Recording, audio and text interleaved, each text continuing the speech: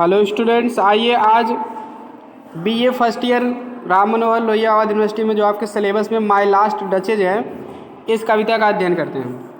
ये कविता बहुत इंपॉर्टेंट है, ये ड्रामेटिक मोनोलॉग है। यही नहीं, काफ़ी कंपटिशनल एग्जाम में भी इससे क्वेश्चन पूछ लिए जाते हैं। तो चलिए देख लेते हैं इसमें क्या क्या है।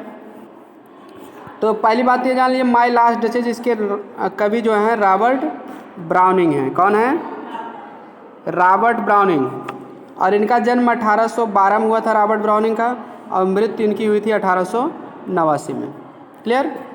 कविता कैसी कविता है इसको भी जान लीजिए, क्योंकि ड्रामेटिक मोनोलॉग है। क्या है?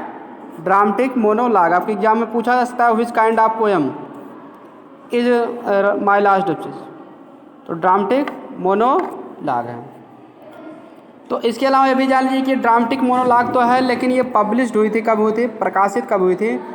ये कविता पब्लिश्ड हुई थी 1842 में। कब हुए थे? 1842 में। और इन ड्रामेटिक लिरिक्स, ठीक है, ड्रामेटिक लिरिक्स में ये मतलब ये इनके प्रकाशित हुई थी। उसके अलावा आप ये भी जान लीजिए ये कविता किसके द्वारा कही गई है। जो ड्रामेटिक मोनोलॉग है तो इसमें कोई पात्र बोलता है, अगला आदमी केवल सुनता है, कुछ बोलता है नहीं है। ये कविता पढ़ोगे खुद पर खुद समझ जाओगे। ये बोलने वाला इसमें कौन है? ये अल्फांसो है। अल्फांसो सेकंड, एक राजा है, अल्फांसो सेकंड उसका नाम है। और ये, ठीक है, फिफ्थ ड्यूक है, पाँचवा जो है ड्यूक है।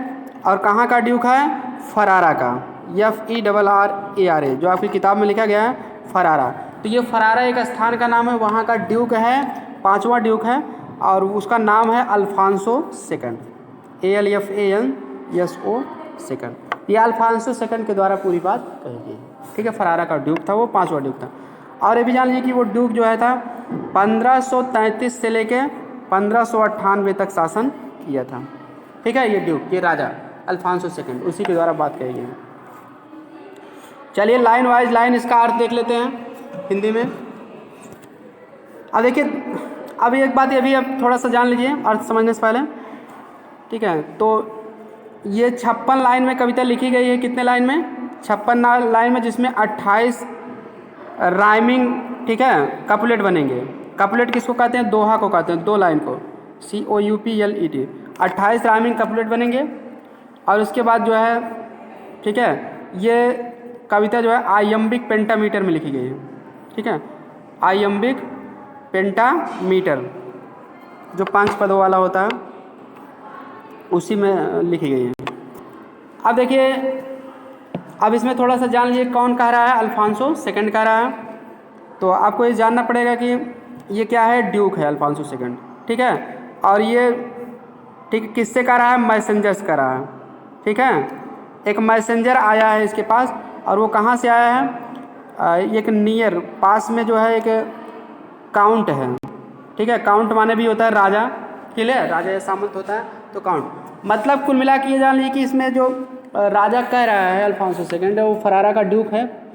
और वो जो है नेबरिंग कंट्री से, पास पड़ोस के एक देश से जो एक राजा है, काउंट है, वो अपना एक मैसेंजर भेजा है, संदेशवाहक। क्यों भेजा है? उसके लड़की की शादी करना है। क्लियर? तो अपने लड़की की शादी करने के पर्पज से मैसेंजर को भेजा है। ठीक है, शादी का रिश्ता तय करने के लिए इस राजा के पास भेजा है। क्लियर? Alphonso second. तो ये इस, ठीक है, तो ये मतलब उससे जितनी बातें करता है उसको ले जाके अपने प्राइवेट गैलरी में ऊपर, ठीक है, मंजिल पे उससे बातें करता है। तो सभी बातें वही यहाँ आपको कविता में मिलेंगी। ठीक है, वो उस मैसेंजर में एक पोर्ट्रेट भी दिखाता है, तस्वीर भी दिखाता है, जो उसकी लास्ट डचेज की है। कह रहे कि ये मेरे लास्ट डचेज की। लास्ट माने होता है पिछला। क्लियर? तो मतलब पिछले रानी की है। क्लियर? तो वो मतलब मौके पे मर गई है, उसकी पोर्ट्रेट केवल, ठीक है, राजा ही मरवा दिया गया। वो कविता पढ़ोगे जानोगे। तो उसकी तस्वीर है, दिखा रहा है, उसके बाद जो है बता रहा है जो भी बातें, वही सब इस कविता में है। क्लियर? तो इसलिए दोबारा शादी करने के लिए जो इसके पास प्रस्ताव आया है, मैसेंजर लेकर आया है। तो चलिए देखते हैं फरारा का ड्यूक जो है क्या क्या कहता मैसेंजर से, वही सब बातें हैं। That is my last duchess, कहता है कि अल्फांसो सेकंड, फरारा का ड्यूक जो है मैसेंजर से कहता है that is my last duchess, वह मेरी अंतिम लास्ट मतलब अंतिम या पिछली, वह मेरी पिछली डचेज है। डचेज मतलब रानी, ठीक है। ड्यूक मतलब राजा, डचेज मीन्स रानी। क्लियर? यह मेरी पिछली रानी है। Painted on the wall, painted मतलब पेंट करके जिसका तस्वीर बनाया गया है, वॉल मीन्स दीवार, जिसकी तस्वीर दीवार पर बनी हुई है। लुकिंग, लुकिंग माने दिखाई पड़ना, वह ऐसे दिख रही है एज इफ माने मानो, सीवर एलाइव, मानो वह जीवित हो। इस बात से तो पता चल ही रहा है कि वह मर गई है। जीवित मानो वह जीवित हो ना, ऐसे दिख रही है जैसे वह जीवित हो। I call that piece of wonder, मैं इसे कमाल की चीज़ कहता हूँ। पीस ऑफ वंडर मतलब आश्चर्यजनक रचना, ठीक है। वंडर मीन्स आश्चर्य, मैं इसे आश्चर्यजनक रचना कहता हूँ, कमाल की चीज़ कहता हूँ। नाउ फरा पेंड्रॉफ्स हैंड्स, अब फरा पेंड्रॉफ के हाथों ने वर्कड माने काम किया, बिजली बिजी होकर 8 दिन माने एक दिन। कहने का मतलब ये है कि इसे फरा पेंडॉफ ने जो है एक दिन जो है पूरा बिजी होकर बनाया था। क्लियर? अब एक बात जान लो, फरा पेंडाफ कौन है? फरा पेंडाफ एक सन्यासी है, यानी कि राजा इतना सनकी था कि ये तस्वीर भी बनाने के लिए एक सन्यासी आदमी को चुना और एक दिन बिजी होकर उसने क्या किया? बनाया। तो फरा पेंडाफ इस तस्वीर को बनाने वाला है। इसको भी जान लीजिए, क्वेश्चन आ सकता है कौन तस्वीर को बनाया था माई लास्ट टचेज में। तो फरा पेंडाफ कितने दिन में बनाया था? एक दिन में। Clear? And there is she stands, करें कि वहाँ पर वह खड़ी है। खड़ी है मतलब इससे पता चला कि जो तस्वीर है उसमें वो पूरा फुल साइज में है तस्वीर। क्लियर? उसमें वो खड़ी है। मतलब bill it please you sit, क्या तुम बैठोगे? नहीं। लुक एट हर, उसे देखो। तुम बैठ जाओ और उसे क्या करो? देखो। आई सेड, मैंने कहा, फरा पेंड्राफ्ट बाय डिजाइन, मतलब इसे फरा पेंडाफ के द्वारा बनाया गया। For never red strangers like you, क्योंकि never red strangers like you, तुम्हारे जैसे अजनबी कभी नहीं समझ पाए। दैट पिक्चर कॉन्टिनेंस, उस तस्वीर में जो कॉन्टिनेंस मन होता है फेशियल एक्सप्रेशन, मुखाकृति जिसको कहते हैं। क्लियर? तो तुम्हारे जैसे अजनबी लोगों ने कभी उस तस्वीर में जो मुखाकृति जो उसके दिखाई पड़ रही है, उसके चेहरा फेस, उसको कभी समझ नहीं पाए। डेप्थ, डेप्थ मतलब गहराई, पैसन भावना, इट्स अर्नेस्ट ग्लांस माने गंभीर दृष्टि। गंभीर दृष्टि मतलब क्या है? यहाँ जो उसके मतलब मुखाकृति में जो है थोड़ा सा वो है ब्लेसिंग है, लालिमा आ गई है। क्लियर? तो इससे मतलब गंभीर दृष्टि हो रही है, मतलब लालिमा यहाँ। ठीक है? तो कहने मतलब तुम्हारे जैसे यहाँ करीब तुम्हारे जैसे अजनबी ने कभी इस तस्वीर की मुखाकृति में जो ब्लेसिंग आ गई है, लालिमा आ गई है, उसको कभी समझ नहीं पाया कि इसमें क्यों इतनी लालिमा आ गई है। ठीक है? तो अर्नेस्ट ब्लेसिंग का मतलब यहाँ ब्लेसिंग से मतलब है। ठीक है ना? गंभीर दृष्टि मतलब वो लालिमा आ गई face. But to myself they turn, लेकिन मेरी तरफ वे टर्न माने मुड़े, पूछने के लिए मुड़े हैं। फिर एंड सीम्ड, ये कोष्टक में जो बताया गया एक्स्ट्रा इन्फॉर्मेशन दिया उसको भी बता रहे हैं। But to myself they turn, ठीक है, and seemed if they would ask me if they durst. Clear? लेकिन वे मेरी तरफ मुड़े हैं एंड सीम्ड, और ऐसा लगा कि दे वुड आस्क मी, कि वे मुझसे पूछेंगे, इफ दे डस्ट, डस्ट मतलब डेयर, साहस करना, यदि वे साहस करेंगे किए तो वो मुझसे पूछेंगे भी। या अब यहाँ कोष्टक वाली बात क्लियर कर लेते हैं। Since not puts the curtain, क्योंकि कोई मतलब none puts the curtain, puts by the curtain, कहने का मतलब कर्टन में से होता पर्दा, पुट्स बाय मतलब साहस करना, कोई भी पर्दा हटाने का साहस नहीं कर सकता है। I have drawn for you, मैं तो तुम्हारे लिए हटाया हूँ, क्योंकि उस तस्वीर पर एक पर्दा भी डाल दिया है ताकि कोई देखे ना, और किसी की हटाने की हिम्मत नहीं है। तो वही राजा कह रहा है क्योंकि किसी को पर्दा हटाने की हिम्मत भी नहीं है, मैं तो तुम्हारे लिए हटाया हूँ। ठीक है? और कह रहे हैं कि but to myself they turn and seemed as they would ask me, लेकिन वे मेरी तरफ मुड़े हैं, मतलब मुझसे पूछने का प्रयास किए हैं, ऐसा लगता है वो मुझसे पूछना चाहते हो। इफ़ दे डस्ट, यदि वे साहस करते हैं तो वो मुझसे पूछे भी हैं, यदि वे साहस किए तो मुझसे पूछने का भी प्रयास किए। क्या पूछने का प्रयास किए? How such a glance came there, कि ऐसी लालिमा कहाँ से आई? ग्लांस माने यहाँ दृष्टि होता है, दृष्टि मतलब यहाँ लालिमा हो गई ब्लेसिंग, ऐसी हल्की लालिमा कहाँ से आ गई? So not the first are you turn and ask, इसलिए तुम ऐसे पहले नहीं हो, टर्न एंड आस्क, जो मेरी तरफ मुड़े हो और मुझसे पूछे हो। सर इट वाज, श्रीमान जी यह थी। Her husband's presence. कह रहे हैं कि sir it wasn't, was not, ठीक है, कह रहे हैं it was not her husband's presence only, यह केवल उसके पति की उपस्थिति नहीं थी। मतलब मैसेंजर से कह रहा है राजा, या उसके पति की उपस्थिति नहीं थी, कारण मतलब मैं ये इसलिए नहीं कि मैं उसके सामने उपस्थित हूँ, इसलिए उसके चेहरे पर लालिमा आ गई हो, शर्म से लाली, ठीक है। Called that spot of Joy, ठीक है, जिससे इनटू द जचेज, जिससे कि उस डचेज में स्पॉट ऑफ जॉय आ गया। स्पॉट ऑफ जॉय मतलब ब्लेसिंग, लालिमा, क्लियर। करें कि ये उसके पति की उपस्थिति नहीं थी कि उसके गालों पे जो है लालिमा आ गई हो, डचेज, डचेज मतलब उसकी रानी के गालों पे लालिमा आ गई है, जिसकी पिक्चर है पोर्ट्रेट में, क्लियर, जिसकी तस्वीर है उस, ठीक है। अब देखिए आगे कह रहे हैं कि परहैप्स, फिर बता रहा है कि लालिमा कैसे आई थी। परहैप्स शायद में फरा पिंड ऑफ चांस टू से, कह रहे हैं कि इसका लालिमा का कारण यह भी हो सकता है कि शायद में फरा पिंड ऑफ चांस टू से, उससे कहने का मौका पा गया हो। क्या कहने का मौका पा गया हो? हर मेंटल लैप्स, मेंटल लैप्स में होता है साल जो होता है उसका, क्लियर, साल। Over my ladies wrist too much, शायद में कह रहे हैं कि वो फरा पिंड ऑफ यह कहने का मौका पा गया हो कि उसकी जो है साल जो है उसके कलाई को कुछ ज़्यादा ही ढक ली हो, क्लियर। मेंटल लाइफ का, ठीक है, over my ladies wrist too much, करे कि वो कहने का मौका, कम्प्लीमेंट दे दिया गया हो, क्लियर। फरा पिंडाफ के द्वारा कम्प्लीमेंट दे दिया गया कि उसकी कलाई ने तो उसके उसकी साल ने तो उसकी कलाई को कुछ ज़्यादा ही ढक लिया है, जिससे कि वो शर्म आ गई होगी उसकी, क्लियर, जिससे शर्म के नाते लालिमा आ गई होगी। आर पेंट, अथवा दूसरा कम्प्लीमेंट दिया होगा वो फरा पिंडाफ कि paint must never hope to reproduce the faint half flush, कि कह रहा है कि पेंट मस्ट नेवर हो, पेंट तो कभी आशा ही नहीं कर सकते हैं, टू रिप्रोड्यूस, रिप्रोड्यूस मतलब पुनः तैयार करना, क्लियर। और the faint half plus, clear, मतलब वही हल्की लालिमा।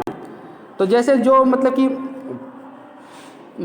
That dies along her throat, हल्की लालिमा मतलब वो कलर जो है, that dies along her throat, जो उसके गले के चारों ओर, डाइज मतलब गिरना होगा यहाँ, मतलब चारों ओर हैं।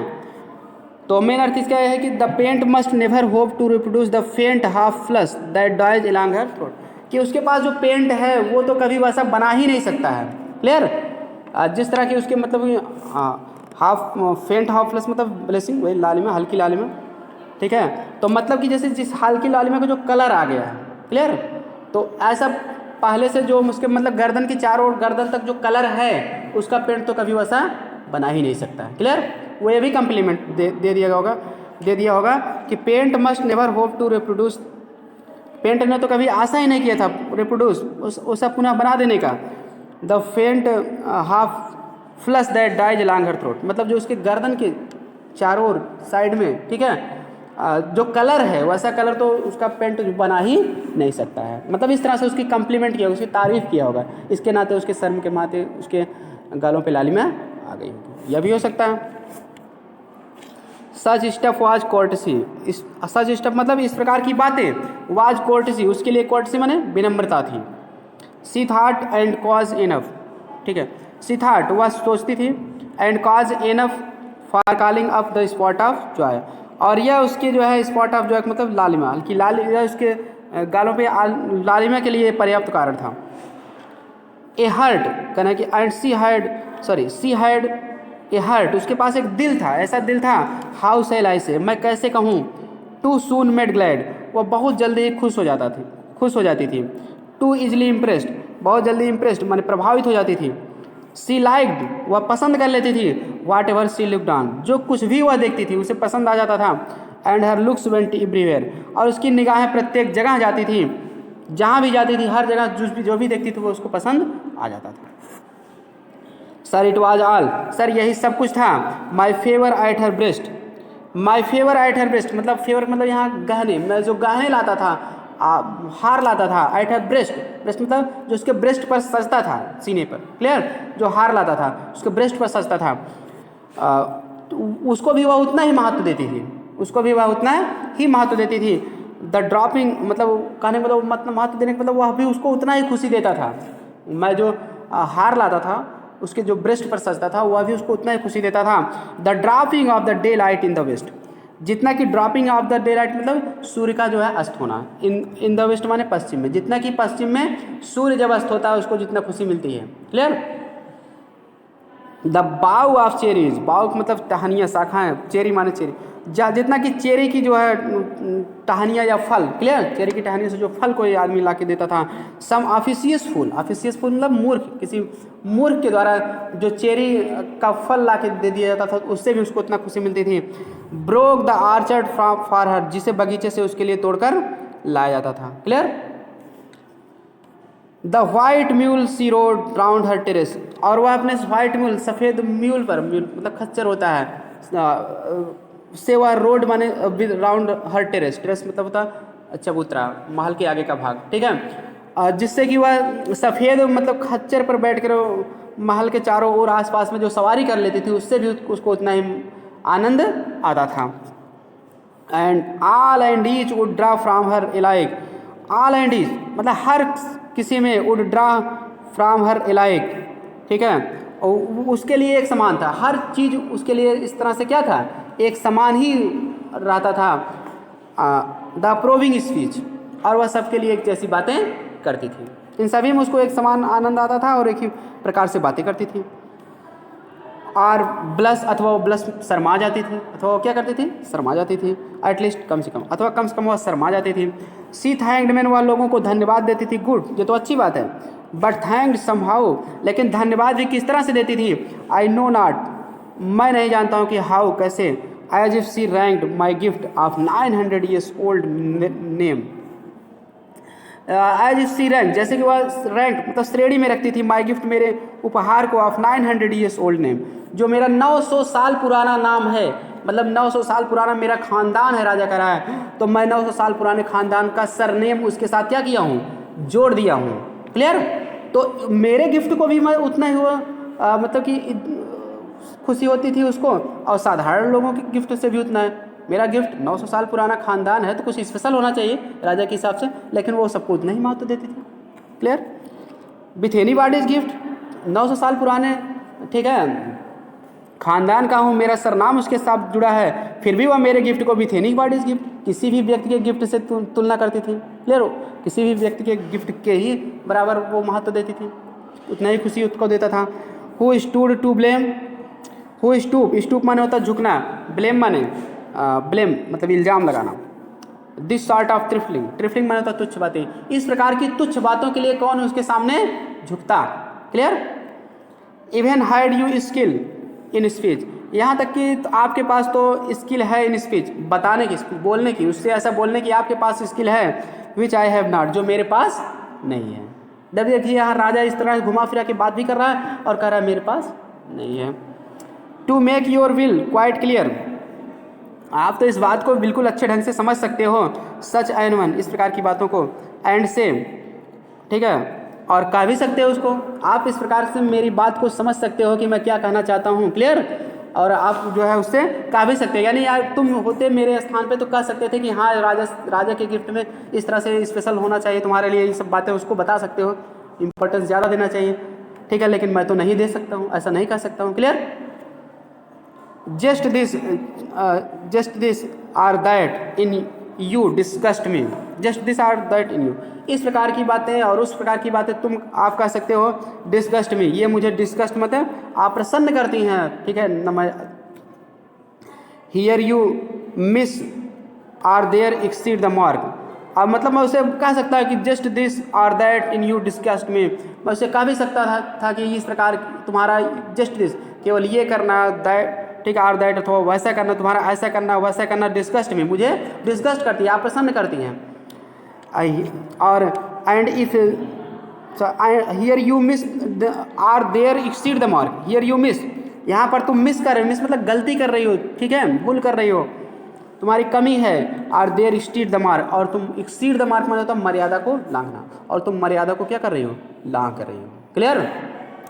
And if she let herself be lessoned, और वह यदि वह स्वयं को, लेसन मतलब शिक्षा देना, यदि वह स्वयं को शिक्षा दे लेती, यानी कि समझा बुझा लेती, सो इस प्रकार से nor plainly set her wits to yours forsooth, और इस प्रकार से अपने आप को वो समझा लेती, वास्तव में अपने आप को क्या समझा लेती, एंड मेड एक्सक्यूज, ठीक है, और मतलब बहाने भी बना लेती, यानी कि मतलब समझा के अपने आप को न्याय संगत सिद्ध करने का प्रयास कर लेती। क्लियर, कि हाँ वो अपनी जगह ठीक है।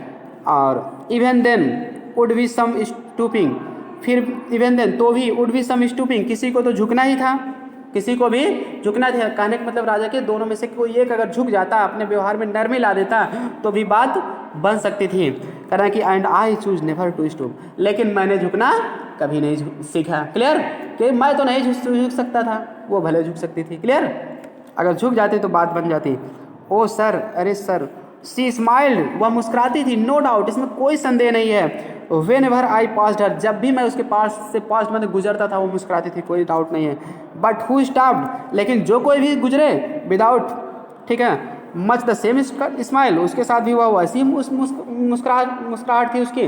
कहने मतलब मैं गुजरता था तब भी वह वैसे ही मुस्कुराती थी, और कोई दूसरा गुजरता था तब भी उसकी मुस्कुराहट वैसे ही थी, कोई डिफरेंस नहीं था। राजा के कहने मतलब मैं राजा हूँ, राजा की पत्नी है, तो मेरे गुजरने पर उसके मुस्कुराने का तरीका कुछ अलग होना चाहिए था, दूसरे के हिसाब से साधारण ढंग से होना चाहिए था। क्लियर, दिस ग्रीव मैंने बढ़ना, ऐसा बढ़ता ही गया उसके साथ। आई गेव कमांड, फिर मैंने आदेश दे दिया। Then all the smiles stop together, तब उसकी सारी मुस्कुराहट को एक साथ बंद कर दिया गया। ठीक है, कहने मतलब मैंने उसको क्या किया, मरवा दिया गया, कि मरवा दिया कि सारी मुस्कुराहट इसकी क्या करो, बंद कर दो। क्लियर, फिर मैंने उसको मर्डर करवा दिया, मरवा दिया। देयर सी स्टैंड्स, वहाँ पर वो खड़ी है, एज इफ सी लाइव, मानो वह जीवित हो। अब देखो तस्वीर में है मानो वह जीवित है। Will it please you rise, क्या आप कृपया उठोगे, मतलब वहाँ दो लोग बैठ के बातें करें, फिर कहेंगे उठोगे नहीं। We will meet the company below, हम नीचे एक साथ मिलेंगे। देन आई रिपीट, तब मैं दोहराता हूँ, द काउंट योर, ठीक है, मास्टर्स नॉन मैग्निफिसेंस, काउंट मतलब राजा, जो मास्टर तुम्हारे मालिक हैं, नॉन मैग्निफिसेंस, मैग्निफिसेंस माने होता है उदारता, जो तुम्हारे राजा हैं वो उदारता के लिए जाने जाते हैं, जिसका संदेश लेके तुम आए हो शादी करने के लिए, उदारता के लिए जाते हैं। Is ample warrant that know just pretence, clear, is ample warrant, ठीक है, तो कह रहे हैं मतलब ये है कि एम्पल वारंट मतलब अधिक दहेज की पर्याप्त गारंटी तो है उनकी तरफ से मिलने की, ठीक है। Is ample word that know just pretence, इसमें कोई बहाने की बात, प्रिटेंस ऑफ माइंड, मतलब that know just pretence of mind, मतलब मेरी तरफ से फॉर डाउरी, मेरी तरफ से डाउरी के लिए तो कोई मतलब की बात नहीं है, लेकिन उनकी तरफ से पर्याप्त दहेज मिलने की गारंटी है। तो बिल भी डिसअलाउड, मैं तो डिसअलाउड कर रहा हूँ, ठीक है, कि डिसअलाउड मतलब मना न करना। क्लियर, मतलब मैं मानता हूँ कि वो दहेज की बात को मेरे मना नहीं करेंगे, ठीक है। Though his fair daughter self as about, यद्यप उनकी फेयर डाटर सेल्फ मतलब वो सुंदर उनकी डाटर ही मतलब कि से मेरा विवाह करना ही मुख्य उद्देश्य है। क्लियर, यद्यप उनकी फेयर सुंदर डाटर ही स्वयं जो है मेरा मुख्य उद्देश्य है, उसी को प्राप्त करना, उससे विवाह करना। एज आई अबाउट, जैसा कि मैंने अबाउट मतलब घोषणा किया है कि हाँ मैं उसकी सुंदर लड़की से शादी करूंगा। यहाँ दहेज की बात की है कि राजा ये भी सोच रहा कि जो मतलब जैसा मेरी पहले की रानी थी वैसा ये भी रहना चाहिए, इस तरह से मतलब उसको कन्विंस कर रहा है कि इस बात को मान लेंगे। At starting my is my object, जैसा कि मेरा शुरुआत से ही उद्देश्य रहा है। ने नहीं, we will go together down, हम नीचे साथ में चलते हैं। तो अब यहाँ राजा जो है मैसेंजर्स कह रहा है कि चलो हम लोग साथ में नीचे चलते हैं, क्योंकि वो जाने ही लगता है नीचे की तरफ, ऊपर से इसलिए कहते हैं। सर नोटिस नेपच्यून, कहता है कि राजा की सर देखो नेपच्यून को देखो। नेपच्यून क्या है, समुद्री देवता है, करें कि उनकी वहाँ प्रतिमा है, करें कि उसको देखो। Though taming the a sea horse, यद्यप वो एक समुद्री घोड़े को टेमिंग मतलब कंट्रोल कर रहे हैं, नियंत्रित कर रहे हैं। तो थॉट ए रियलिटी, इसका मतलब यहाँ होगा कि यह एक दुर्लभ प्रतिमा है, मतलब ऐसी प्रतिमा जो है बहुत दुर्लभ रूप से मिलती है। विच क्लास ऑफ इंसवर्क, जिसे क्लास ऑफ इंसवर्क ने कास्ट इन ब्रॉन्ज, ब्रॉन्ज मतलब कौनसे से जो है कास्ट मतलब बनाया है फॉर मी मेरे लिए, जिसे जो है क्लास ऑफ इंसवर्क ने जो है मेरे लिए कौनसे से बनाया। अब यहाँ राजा शो करना चाहता है कि उसके पास बहुत सी मूल्यवान चीज़ें भी हैं। तो इस तरह से जो है ये कविता जो है समाप्त हुआ। आई होप आपको पसंद आया होगा। वीडियो पसंद आया तो लाइक सब्सक्राइब और शेयर करें, और आगे आपको 2 कविताएं और भी जो हैं ये फर्स्ट ईयर में, उसको भी आपको अपलोड कर दिया जाएगा। और ग्रामर भी आपको वीडियो मिल जाएगी, इसलिए चैनल से जुड़े, तैयारी करें। मिलते हैं नेक्स्ट वीडियो में। Thanks for watching this video.